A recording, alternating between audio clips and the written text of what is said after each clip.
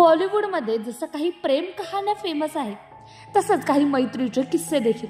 अशीच दोन सुपरस्टारांची मैत्री म्हणजेच विनोद खन्ना आणि फिरोज खान यांची 1979 साली त्यांच्या मैत्रीची सुरुवात झाली.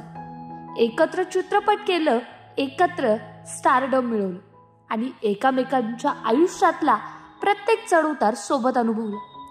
विनोद खन्ना जेव्हा त्यांचं स्टारडम सर्वांवर भारी होतं तेव्हा तरुणींमध्ये त्यांच्या नावाची चर्चा होती आणि फिरोज खान यांची स्टाईल आणि अदा म्हणजे एक स्वतंत्र ओळख.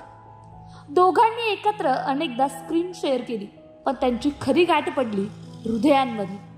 इतकी घट्ट मैत्री की त्यांच्या व्यक्तिगत आयुष्याचाही योगायोग अजबच घडला.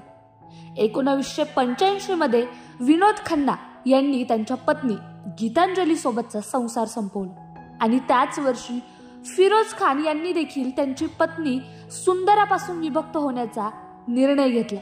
आणि आश्चर्याचं म्हणजे या दोन जीवभावांच्या मित्राचा शेवटही एकाच प्रकारच्या आजारामुळे एकाच तारखेला झाला.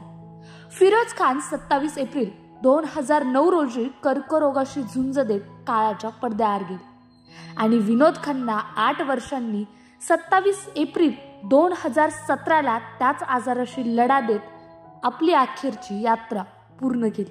काही मैत्र्या वेळेच्या कसोटीतही अजरामर राहतात. विनोद खन्ना फिरोज खान यांची ही मैत्री त्याचं सर्वात सुंदर उदाहरण आहे.